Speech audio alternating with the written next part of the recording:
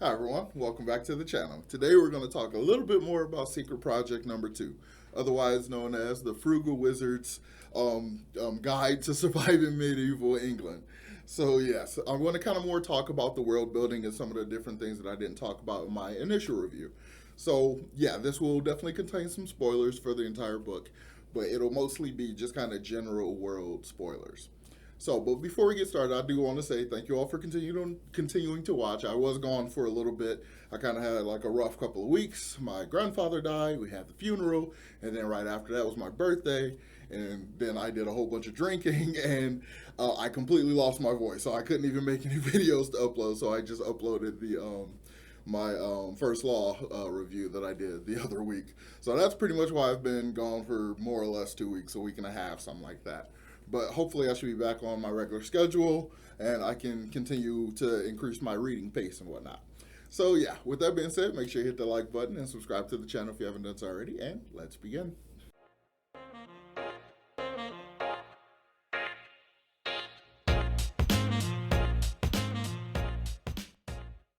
So a frugal wizard's guide to surviving medieval England. That is such a mouthful. That reminds me of the Birds of Prey movie name, the original name for it. Before it was like Harley Quinn and the Birds of Prey. It was like the Birds of Prey and the Emancipation of the one something something Harley. It's just dramatically long for no reason. It kind of reminds me a little bit of that. It's like a bit of a mouthful, but the story itself, to be honest, this isn't one of Brandon's best stories. This is kind of ultimately a thinner story, I guess I'll call it, because we don't get to go too in depth on the character or too much on the villain or anything like that. Because, as Brandon makes it clear towards the or at the acknowledgement at the end of the book, he kind of wrote this in a way to explore this idea of the white room trope.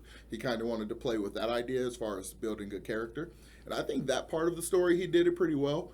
But as I said in my initial review, I think the villains kind of fell off a little bit, and some of the world building is left a little bit unexplored. It seems to only be as much as he needs to tell this story, which is understandable. But it kind of got my brain working because I really love multiverse stuff. I really love world building. I love expansive sci-fi stuff. So this kind of checks all those boxes. So I really, really like it. And I really want to talk about this idea of commodifying multiversal travel. But there is one thing that's a mild plot hole that I just kind of have to talk about that I didn't really acknowledge, or Brandon didn't acknowledge, and I didn't mention in my other review, but it's just kind of in my head. So the company, the Frugal Wizards, I guess it's just the company is just called like the Frugal Wizard or whatever. But the company itself, basically. So in the guidebook, we kind of learn that essentially the branching nature of the multiverse that they're dealing with, it implies that the primary universe is their universe and everything is a branch off of that, or at least that is the only spectrum of the multiverse that they're dealing with. And as far as they can tell, they're the apex. They have the most substance and like all this kind of stuff.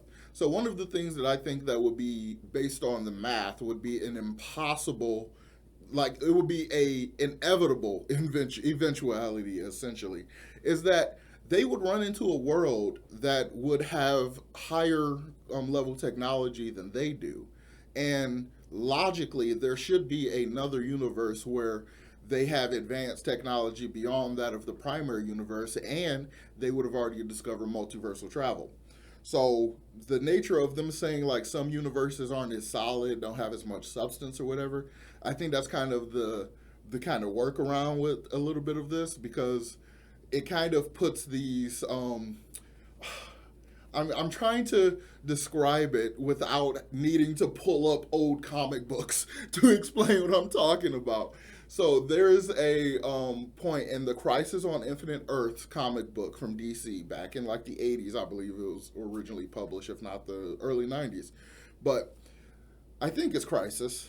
It's either Crisis or Infinite Crisis, whichever one where basically in both of those stories the multiverse exists and then it doesn't exist and then it exists again.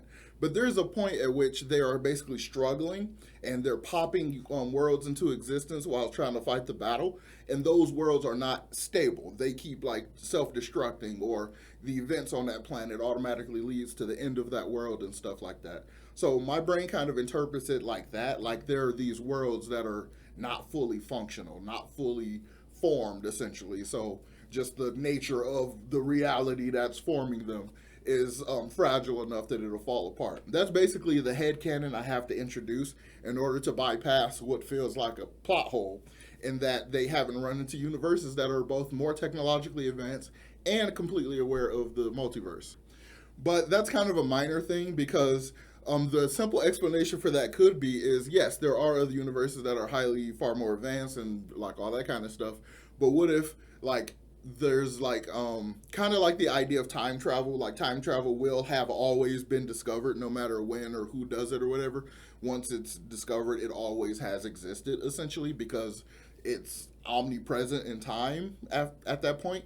So maybe it's something like that, in that only universes that reach this certain point will ever come up with multiversal travel, or is it only dimension slash universes that reaches this point of being able to travel will only ever have access to this spectrum, these branches that don't ever reach their level.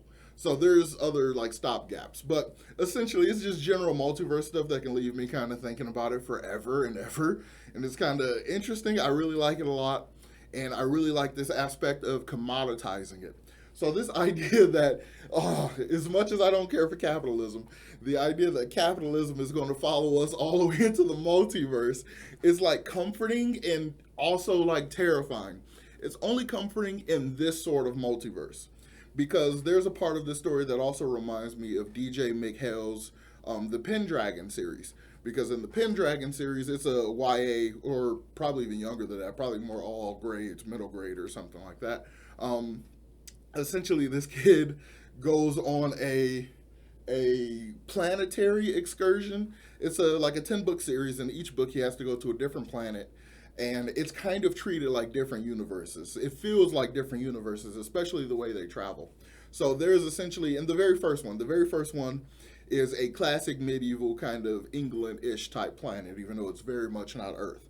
But each one he goes to a completely different location, and that's kind of the crux of the series. But it reminds me so much of that first one, The Merchant of Death, in that you are coming from, contemporary modern times or whatever, going to medieval England-ish type region and dealing with all that. So it kind of gives me those same kind of vibes, and the story feels just as thin as that. So I would definitely call this like an all ages, probably starting at middle grade going up, even though some of the violence in it is pretty intense.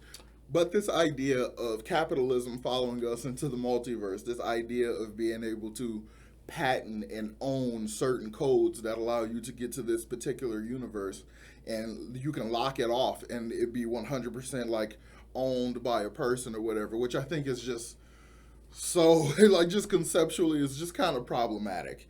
Like it's just kind of, because these are, regardless if they have less form or whatever and like all that kind of stuff, they are full universes. Like those universes deserve their own autonomy and stuff. So this idea that you can just buy a universe or whatever and go there and become the ruler of Earth or whatever, like, or play a hero fantasy or whatever, it's kind of, I don't know, part of me is kind of icky about it, but then another part is like, this is just Westworld, and like, but these are real people in like this universe. But then the explanation of them having less form and substance make it feel a little less uncomfortable because they have less form. I don't know. See, that's weird. That feels uncharitable, I guess I'll say. If it exists in the same way that the DC Universe story does, where these worlds will eventually collapse in on themselves, then it's a little less problematic, but it still feels problematic. But in general, I really do like this idea of the capitalism kind of coming into it. The fact that there's this entire cottage industry about the going to the different universes and doing different things, and the way they completely go through and explain everything about the likelihood of you being able to fly in this universe, or like this kind of thing or whatever. And like, I think the fact that this world has literal magic is basically a hint that there is so much more to these worlds that they clearly haven't seen. And the idea of a world populated by talking fish or whatever might actually be a little bit more plausible than what they kind of imply in the guidebook. So for those reasons, I really, really hope, apart from that and like all the other fun little tidbits that are in the guidebook, I really hope Brandon releases just the guidebook itself. That would be a very fun little extra thing. Kind of similar to like how Rick Riordan did. He like like the Chronicles of the Camp Half Blood or something. I can't remember what it's called, but like he always released companion stuff that goes along with it. And even with the Harry Potter series, like the Tales of Beedle the Bard and like that kind of stuff was always released as companion stuff. I would love if Brandon did that with this. Even though this is kind of a one-off and kind of a side thing, I would really, really love it because I think that would be just a really fun kind of world-building type book, almost a Silmarillion-ish kind of thing.